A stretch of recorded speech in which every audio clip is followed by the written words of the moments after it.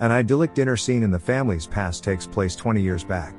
The two sisters, Sarah and Amy, are having dinner with their parents, Don and Irene. With Sarah's father showing his oppressive side by depriving her of going to a party and showing he is at the helm of the family, the mood on the table changes. She sneaks out that night with her boyfriend Chris. When her parents discover her room empty, her father calls her a problem. Sarah dances with Chris at the party, and he sings a song written especially for her later that night. In their love for one another, they express their feelings. Don has been waiting all night for Sarah's return.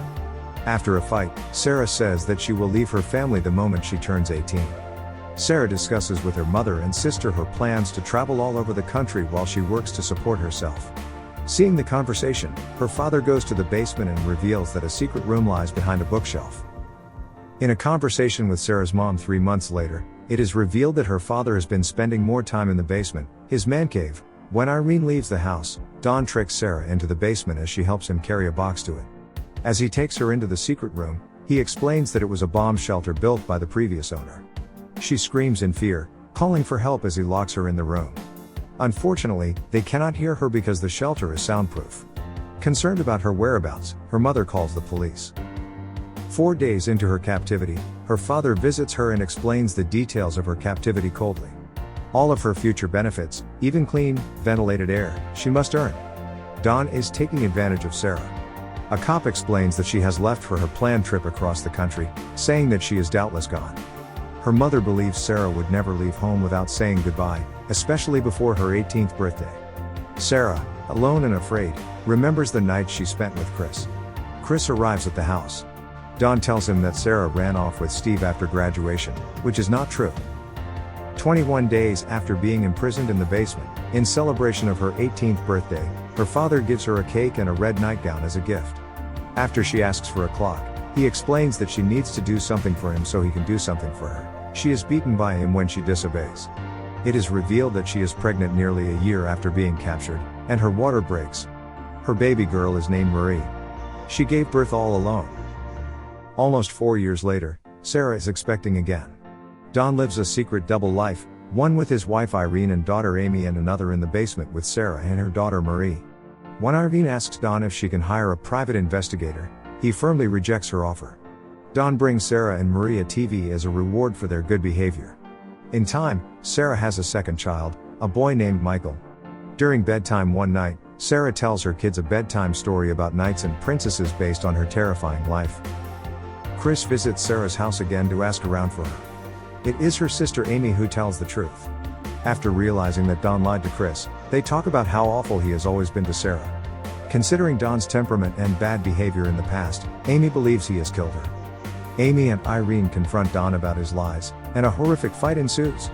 A furious Irene screams in frustration, vowing to search for her daughter no matter what it takes. While they were fighting, his keys fall on the armchair. Amy takes the keys to the basement and goes around looking for clues. Don finds Amy, regains his keys, and fights with Amy. She accuses him of disappearing Sarah. As time passes by, Sarah has another baby boy who she names Thomas. Being nice and calm, Sarah convinces Don to take the third baby upstairs. She persuades him by explaining that there is no room for another baby in the basement and that she doesn't have the time to take care of. The baby is left on the house's porch to be found by Irene. In a heartfelt note in the baby basket seemingly written by Sarah, she writes that this is her baby and that she wants it to be raised by Irene. In the letter she explains that she and her boyfriend don't have the means to take care of the baby. In the basket, there is also another note from Sarah pleading for help. Unfortunately, Don is the one who discovers it and assaults her again. The years go by. In captivity, the children develop an extraordinary imagination, expanding their mom's bedtime story. By now, Sarah has been in the basement for 14 years. Marie has grown into a beautiful young girl that one night tries out makeup. When Don shows interest in her beauty, Sarah begs Don to leave her daughter alone. She doesn't want her to be assaulted. In return, Don shuts down the power which controls the clean air while Sarah gasps for air. At the same time, in the basement, raindrops start dropping from the ceiling. Sarah climbs up to discover a damp roof. Using a spoon, she digs her way to the surface where she flashes a distress signal. A neighbor notices it and tells Don about it rather than checking it out. Don beats Sarah, who is pregnant again. The beating causes her to lose her baby as she solves the pain. Sarah has a stillbirth and Don buries the baby in the yard. When Maria and Michael asked when they were going to be let into the outside world, Dawn blames Sarah and her bad behavior. She is the reason they are down there trapped. Pressured by her children's endless questions about their life.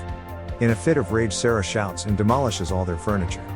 Exhausted, she falls to the ground, remembering her happiest moments with Chris. Her children put a blanket on her and clean up their home.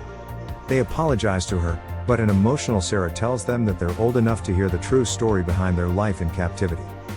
The moment Marie finds out the painful truth, she has a severe asthma attack.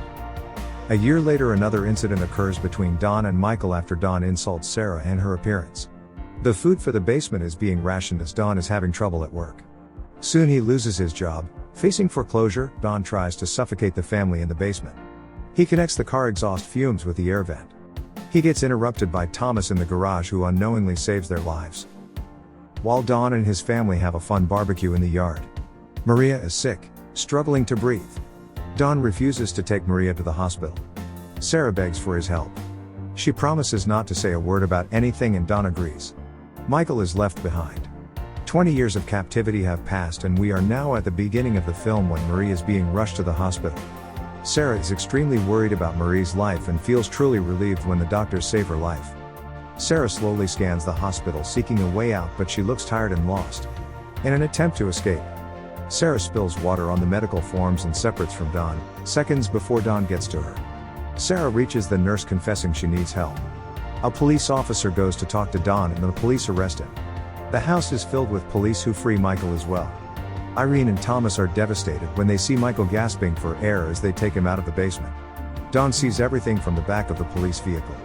Later on, during a beautiful summer's day, Marie, Thomas and Michael play in the countryside while Sarah, Irene and Amy watch over them from the house's porch.